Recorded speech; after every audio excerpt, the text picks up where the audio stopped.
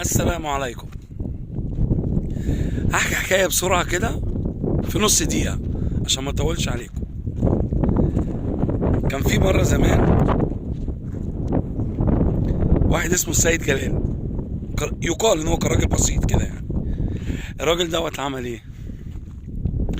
اهل الحي اللي هم فيه قالوا له انت لازم تخش مجلس الشعب. فالمهم الراجل عمل حركة جميلة قوي، قال لهم عشان اخش مجلس الشعب واضمن ان الاصوات تيجي صحيحة تمام، محتاج بس من كل واحد بيخش يحط صوته يحط في الصندوق دوت شيلن او باريزة، بحيث اعدهم بعد كده واعرف ان الاصوات اللي جات لي دي صحيحة ولا مش صحيحة.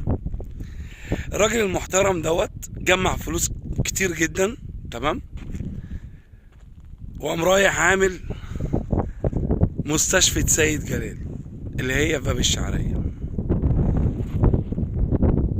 على فكرة الراجل دوت قعد 50 سنة في مجلس الشعب.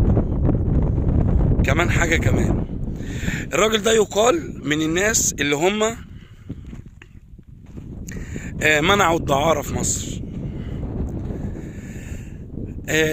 طبعا بمناسبة مجلس الشعب الأيام ديت نتمنى ان احنا نشوف سيد جلال كتير،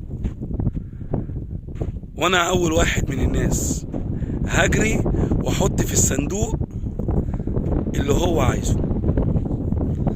شكرا.